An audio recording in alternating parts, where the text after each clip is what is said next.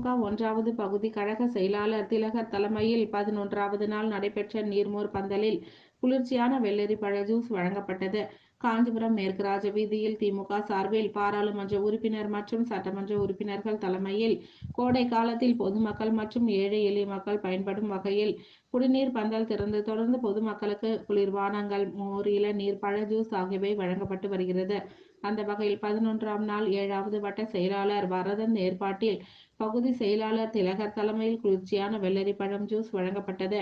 இதில் மகாதேவன், மாமன்ற உறுப்பினர் சித்ரா, ராமச்சந்திரன், குமரேசன், வினோத்குமார், சோமசுந்தரம், வரதராஜன், அர்ஜுனன், வாதியார், கோபி, செந்தில், சண்முகம், சந்தானம், சாகுல், ரமீத், தமிழரசன், சுரேஷ், சந்தீப் குமார், பிரபு, கந்தன், சத்யநாராயணன், நாராயணன், குமரேசன், வெங்கடேசன் உள்ளிட்ட நிர்வாகிகள் பலர் கலந்து கொண்டனர். இது 100க்கும் மேற்பட்டவர்களுக்கு குளிர்ச்சியான வெள்ளரி பழம் ஜூஸ் வழங்கப்பட்டது. நிகழ்ச்சி ஏற்பாடுகளை பகுதி கழக செயலாளர் திலகர் தொடர்ந்து சிறப்பாக செய்து வருகின்றார் என பொதுமக்கள் பாராட்டி வருகின்றனர்.